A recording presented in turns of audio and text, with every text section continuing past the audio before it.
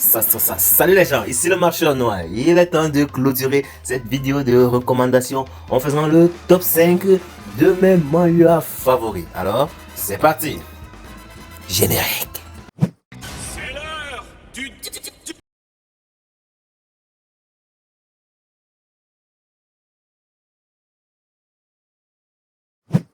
Alors, ce top 5 est un peu particulier car il s'agit d'une compilation de mangas purement originaux. Contrairement aux reproches que j'ai fait dans la vidéo précédente que je pourrais continuer toute la vidéo à dire idem. Ici, c'est pas le cas. On a beaucoup à dire. Alors, on s'y met tout de suite avec le numéro 5. Numéro 5, Immortal Swordman in the Reverse World. Alors là, comme je dis, c'est un manga purement original d'un certain point de vue, car ici, il s'agit d'un monde inversé. Mais commençons au tout début. L'histoire se déroule dans un monde moderne, on peut dire le nôtre, mais sous deux temps. Le personnage principal fait une régression, il voyage dans le temps, il rentre en arrière, mais on ne sait pas pourquoi il change d'univers, il se trompe littéralement d'univers, bon c'est pas volontaire, d'abord le fait qu'il régresse, bon bref j'ai oublié, peut-être il est mort, un truc du genre, bref. Il débarque dans un monde totalement inversé. Alors quand je dis inversé, beaucoup ne comprennent pas. Alors, pour faire simple, il débarque dans un monde matriarcal. Mais même là, c'est pas toujours simple. Alors, pour ceux qui ne savent pas, un monde matriarcal est un monde purement dominé par des femmes. Chez nous ici, dans notre cas, dans notre monde, on est dans un monde majoritairement patriarcal. Ou à l'unanimité, c'est patriarcal. Personne ne va dire le contraire. Alors le mec débarque dans un monde matriarcal. Alors imaginez sa surprise quand il découvre que ce sont des femmes qui taffent au chantier. Ce sont des hommes qui se font les ongles, qui se font belles, qui passent à la maison. Les femmes qui vont au boulot, ils sont chefs d'entreprise, chefs de famille.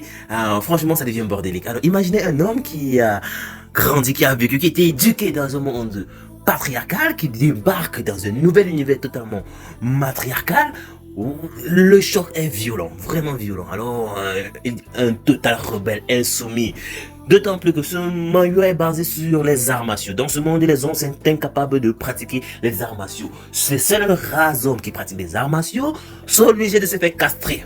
On ne sait pas pourquoi. Bon, l'auteur a rajouté cela pour pimenter un peu la chose. Alors, le mec, avec cette technique à lui de son monde, il est le seul être humain de sexe masculin capable de pratiquer les arts martiaux, ce qui fait techniquement de lui l'homme le plus fort au monde. Alors, toutes les meufs le veulent. Et malheureusement, lui n'est pas du genre à se laisser faire. Il dit toujours qu'il ne va jamais laisser aucune femme le marier. C'est lui qui marie, non le contraire. Bon, là, je vous ai un peu spoilé l'histoire, mais c'est pour donner un peu plus envie d'aller lire le truc. Franchement, c'est sympa, c'est bien dessiné. Je vous le recommande. Alors, numéro 4, là ça se complique parce que franchement, ça a été vraiment difficile de compiler un top 4 de qualité pour cette vidéo, un top 4 pour cette recommandation. Et à partir d'ici, on entre dans les ex-aequo. Je vous annonce la suite, il y a beaucoup d'ex-aequo. Alors, numéro 4, en ex-aequo, nous avons l'un des mangas, si ce n'est le manga le plus connu. Je parle évidemment de Tale of Demon and God, le plus connu sous l'acronyme TODAG. Il partage la 4e position avec un autre peu connu, sauf des lecteurs évidemment, je parle de The Winner Take All. Mettre ces deux œuvres à la 4e position fut assez difficile car ces deux univers totalement différents n'ayant aucun rapport, franchement, deux mondes totalement différents. Alors, pour résumer l'histoire, Todag, c'est l'histoire de Nili, un guerrier vivant dans un monde un peu fantastique, post-apocalyptique slash canon suivant, mais pas à ce point quand même, qui trouve un livre magique, une feuille magique plus précisément même en fait, qui permet de voyager dans le temps, alors pour empêcher une catastrophe, les catastrophes qui suivront, qui pousseront l'humanité à la fin, sur son déclin ou à la fin du monde, bref, c'est son boulot à lui. Cette œuvre est très particulière car comme j'ai dit, elle a eu une adaptation physique sur format papier en France. C'est quasiment le premier manga à avoir eu une adaptation sur format papier et publié en France par des éditions dont je ne cite pas les faits de recherche. Bref, en opposition nous avons The Winner Take All. Là c'est l'histoire d'un multimillionnaire qui a senti une histoire foireuse, vraiment foireuse. Il a refusé de signer un contrat, mais son associé a accepté et l'a trahi. Il a livré à une association douteuse qui a pratiqué des expériences un peu cheloues sur lui, mais qui a fini par lui donner quelques pouvoirs de malade qui lui causent aussi quelques problèmes psychologiques. Le mec est devenu un peu dingue, légèrement. Bref, c'est une histoire très intéressant. Et comme je dis, en opposition avec Toda qui se déroule dans un univers fantastique. The Winner Take All se déroule dans un monde moderne avec la technologie, les armes à feu et tout un tas de trucs. C'est deux histoires totalement opposées, mais toutes deux prenantes que je recommande et que je place à la 4e position. Chose non négligeable que je me dois de signaler aux lecteurs qui voudront lire Todag. Malheureusement, les éditions dont je refuse de citer ont gentiment sommé Léa Scantrade, qui depuis des années s'occupe de la traduction de Todag, d'arrêter car Todag est enfin licencié en France. Concrètement parlons, ça veut dire que pour lire les prochains chapitres de Todag, il faudra débourser quelques petites sous, ce que la plupart d'entre nous lecteurs ne peuvent pas et surtout ne veulent pas. Malheureusement, franchement, c'est en même temps bien parce que licencier une œuvre permet de rémunérer l'auteur. Ça permet que l'auteur touche une juste compensation de son travail. C'est bien, mais nous, lecteurs, hein, nous pauvres qui ne pouvons pas nous permettre certaines dépenses, même pour un simple plaisir, franchement, ça nous pénalise. Todag est actuellement stoppé au chapitre 400 par la Scantrade. Et j'ai bien peur qu'il n'y aura plus de suite disponible gratuitement en ligne. Pour ça, il faudra aller sur la plateforme du site officiel qui ont les droits de licence sur l'œuvre pour la lire, en espérant que ce site ait la gentillesse de débloquer des chapitres toutes les semaines comme le font déjà cette plateforme Webtoon dont je ne cite pas aussi le nom. Vous la connaissez certainement, mais bon, je ne cite pas, comme je l'ai dit. On espère vraiment qu'ils vont nous faire ce petit cadeau de débloquer quelques chapitres de temps en temps pour nous permettre au moins de suivre l'histoire jusqu'à la fin. Franchement, ça serait sympa, vraiment. Alors, en 3e position, on poursuit avec les ex-aequo. Nous avons deux gros titans qui se sont imposés depuis des années comme étant partie l'un des meilleurs. Ça, c'est à ne pas douter. Ils ont surclassé Todag en termes de fanbase et tout le reste. Je parle de Dopu Kyankyung, plus connu sous le nom de Battle Throne for Heaven. Je ne sais pas si je prononce bien en anglais. Et franchement, le génialissime, si je puis le dire, Combat Continent, plus connu sous le nom de Dulu Dalu. Allez. Ces deux œuvres ne sont pas seulement énormes, géniales. Il y a derrière eux tout un vaste univers développé par chaque auteur respectif. Hein. Ces œuvres ont tout un univers qui les représente à travers plusieurs œuvres différentes. Donc je vais un peu en parler. Mais tout d'abord, l'histoire des œuvres respectives. Alors, Dopu Kyankyung, il n'y a pas beaucoup à dire car c'est toute une histoire lambda que j'ai déjà parlé précédemment. Un clan mineur qui s'est fait maltraiter par un clan supérieur et bim badaboum, un collier, dans le cas présent, une bague magique avec un esprit, cela, un grand maître d'alchimie qui forme son élève, qui se surclasse, une vengeance, un mariage annulé, une revanche à prendre, bref, du classique, mais la narration est excellente, vraiment c'est très prenant. Certainement un des deux entre Dopu Kyankyung et Dulu Dalu, j'ai un coup de cœur pour Dopu Kyankyung, même si j'ai connu Combat Continent car c'est, je crois, la cinquième œuvre que j'ai lue quand j'ai commencé mes lectures depuis 2016, je crois. Je lis Combat Continent depuis 2016. Allez, concernant Combat Continent, hein, c'est l'histoire d'être enceinte, un assassin qui est mort dans son monde, un assassin du grand secte. Il est mort dans son monde et il a débarqué dans un nouveau monde.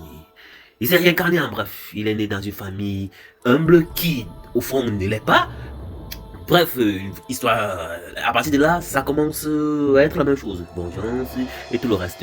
Comme je l'ai dit en début de vidéo, normalement, ce top 5 devait être des histoires originaux. Mais, comme je l'ai aussi précisé, ceux-ci sont en numéro 3 à cause des univers qui suivent. Parce que franchement, c'est énorme. Chaque auteur, l'auteur de Dulu Dalu, dont j'oublie le nom malheureusement, a 4 œuvres au total autour de Combat Continent, plus connu sous le nom de Souland.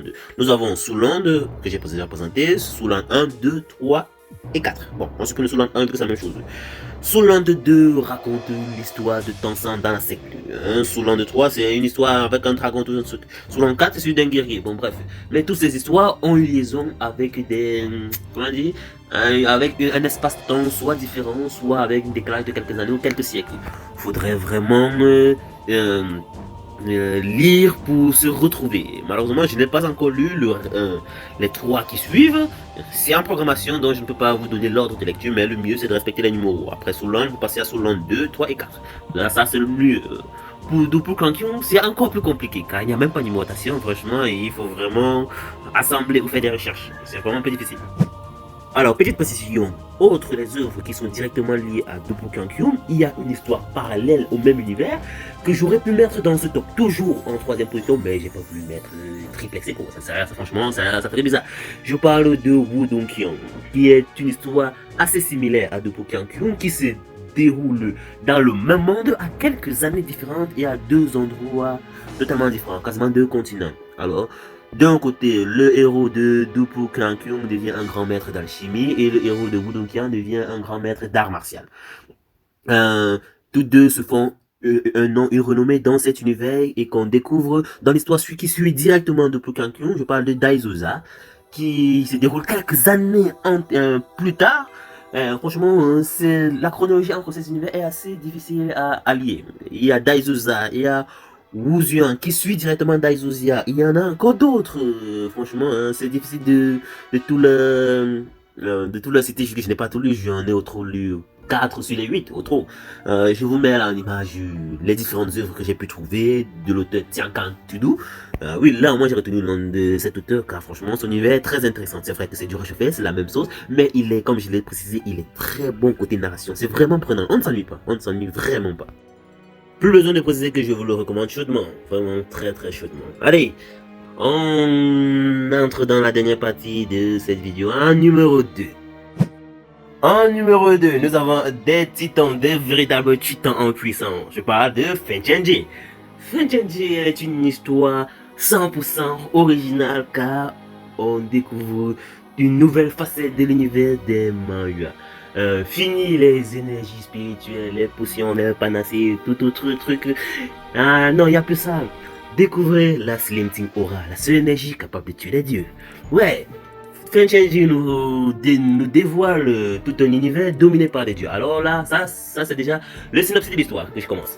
Nous sommes dans un royaume, dans un monde divisé par plusieurs royaumes avec des dieux au sommet. Les dieux ont soumis les autres royaumes et demandent des tribus chaque année. Bref, le roi du plus puissant royaume un jour s'insurge contre une demande absurde des dieux qui mettrait son peuple en grand péril. Et en guise de punition, les dieux ont décidé de détruire ce royaume. Mais le roi n'est pas simple, il n'est pas le plus puissant roi du monde. Il est tellement puissant qu'il réussit l'exploit de battre des dieux. C'est qui a lancé toute une chaîne. Bref, c'est magistral cette histoire. L'introduction, nickel, parfait. Ça, franchement, c'est correct. Alors, mais évidemment, ce roi se fait désinguer par le boss des dieux, on va dire.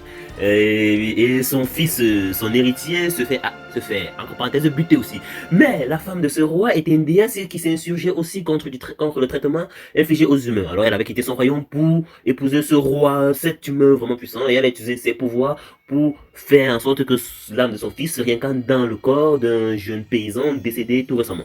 Bref, voilà les grandes bases de l'histoire. Le reste, vous connaissez la suite. Hein. Vengeance, vengeance et vengeance. Mais c'est raconté de manière magistralement avec des dessins de haut. Franchement, c'est très prenant. Hein. J'ai beaucoup aimé cette histoire avec... difficile de décrire. C'est pas pour rien que je l'ai mis en 2e position. Je vous recommande chaudement Fred Fenchenji. Franchement, vous allez aimer. Si vraiment vous en avez marre de tout... Bref, vous voyez ce que je veux dire, non? J'en perds mon latin, franchement, c'est pénible. L'énergie spirituelle, tout ça, découvrir franchement la Slim-Ting Aura, c'est vraiment quelque chose d'assez rafraîchissant. Bon, avant de passer au numéro 1, à titre honorifique, on aurait pu franchement le mettre dans ce top 5. J'aurais pu franchement le mettre en top 2 ou en ex-aequo avec Fenchenji. Mais je n'ai pas fait car le manga est en arrêt depuis quelques années et il n'y aura certainement jamais de suite. Et je pense avoir déjà présenté légèrement ce manga dans l'une des vidéos précédentes quand je parlais des webtoons. Je parle évidemment de Princesse Vagabond. Alors, j'ai déjà prévu de faire un pas manga pour parler brièvement de Princesse Vagabond, car j'ai un peu à redire sur cette histoire. J'en ai déjà fait une publication écrite sur ma page Amino. Bref, vous pouvez aller la lire si vous êtes intéressé, mais je vais je prépare déjà la vidéo. En fait, je compte juste transformer le texte écrit en vidéo. Bref, c'est ce qui est programme. Bref, concernant Princesse Vagabonde, c'est l'histoire d'une princesse qui perd son royaume face à la toute-puissante Empire ottoman. Bref, je pense qu'on a tous fait des cours d'histoire. Je vais pas entrer dans les détails. Bref, mais elle n'est pas une princesse ordinaire. Quand les autres princesses... comment dire, en raison, vu que c'est juste au titre honorifique, je n'ai pas envie de perdre le temps, disons que c'est la Lady Oscar de la Chine. Ouais, quand les autres princesses se pomponnent, se font belles et apprennent des us et coutumes de quoi? De princesse, elle joue aux échecs avec des généraux et elle bat plat de couture, putain. Elle fait des courses à chevaux. Bref, c'est vraiment la Lady Oscar de la Chine. Je la présenterai plus en profondeur dans la vidéo concernant Princesse Vagabonde. Alors, passons directement au numéro 1. En numéro 1, le manhwa pas assez connu à mon avis, qui s'est imposé en Chine comme étant le numéro 1. Je parle évidemment de Iron Ladies. Alors, si vous êtes fan de science-fiction, de vaisseaux spatials, de sabre laser, bon, on n'est pas dans Star Wars, de galaxies, d'aliens et tout ça, Iron Ladies est fait pour vous. Résumons l'histoire un peu simplement. Mo Si-young est un jeune étudiant diplômé d'une licence, au chômage depuis 2 ans. Alors, en désespoir, il postule dans l'armée galactique, dans la flotte de Bébé Yang, la flotte la plus faible des 3 flottes humaines, qui colonise des planètes pour pallier au manque de ressources de la Terre qui sont déjà épuisées depuis belle lurette. Mais, bon bref, je ne veux pas trop rentrer dans les détails, la plupart des recrues meurent au bout de quelques jours, minutes même, hein, un peu comme dans Move Unlimited, pour ceux qui ont lu le manga ou pour qui ont regardé cet anime de merde. Bref, c'est quand même intéressant. Bref, il postule dans l'armée et à sa grande surprise, il est rapidement accepté, mais pas en tant que simple recrue soldat, mais en tant qu'amiral, car le président amiral est décédé lors d'un combat et selon les textes, seul l'officier ayant le plus gros diplôme universitaire peut accéder au poste d'amiral de flotte. Alors, même comme lui n'a qu'une licence en politique histoire, quelque chose comme ça, bref, il passe directement au grade d'amiral. Et là, ça devient un bordel total. Alors là, franchement, ça part en couille, l'histoire va totalement en couille à partir de là. Très vite, le mec se fait une réputation d'enfer. Et quand je dis d'enfer, même à là, c'est limite effrayant. Le mec devient un peintre. Il a une manière de tuer ses ennemis vraiment originale. Il arrête la tête, il gratte au sol ou sur le mur jusqu'à ce qu'elle finisse. On l'appelle le peintre, franchement. C'est magistral, sa manière de buter ses ennemis. Franchement, mais hormis cela, on l'a dit, c'est vraiment une histoire très prenante. Avec des dessins style webtoon, vertical, donc c'est quand même intéressant. Bref, le style de dessin ne peut pas plaire à tout le monde, mais c'est déjà prenant. Et c'est pas pour rien que je le mets en toute première position. Iron Ladies, je vous le recommande vraiment chaudement. Alors, c'est la fin de cette vidéo de recommandation. Si la vidéo vous a plu, vous connaissez le principe. Likez, abonnez-vous et surtout partagez, laissez un commentaire. Dites ce que vous avez pensé, je ferai peut-être une autre vidéo concernant d'autres webtoons car j'en ai énormément. Certains peut-être remarqué, je n'ai pas parlé de... comment ça s'appelle? The Ghostly Doctor, je sais. C'est en même temps un oubli et fait volontairement, je sais. Bref, dites ce que vous avez vraiment pensé. Si vous connaissez d'autres manhwa, il se peut que je ne les connaisse pas. Dites-le en commentaire. J'y jetterai un coup d'œil et franchement, si c'est vraiment prenant, je ferai certainement une deuxième vidéo concernant les webtoons, des recommandations. Je vous proposerai beaucoup de manhwa, hein, ça c'est clair. Hein. Donc, n'hésitez pas, dites ce que vous connaissez en commentaire. Je verrai. Sur ce, à plus les gens. Et n'oubliez pas, la passion a le pouvoir de transpercer les cieux!